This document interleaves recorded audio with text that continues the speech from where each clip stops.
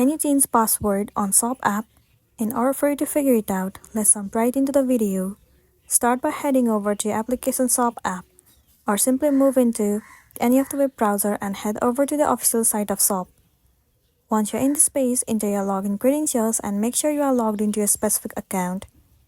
Once you have been logged in, it will land you on this home page.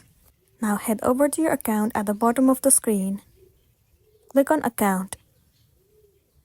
In this page, move into Settings right over here. Head over to Login and Security. It will land you on this page.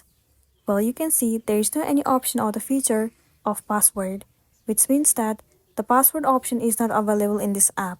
You can only see the passkey option. If you want to add the passkey, then all you gotta do is add passkey and then follow the on-screen process. The passkey will help you secure your app. So that's a wrap for this video. If this video helped you, give it a like and check out our next tutorial. Thank you.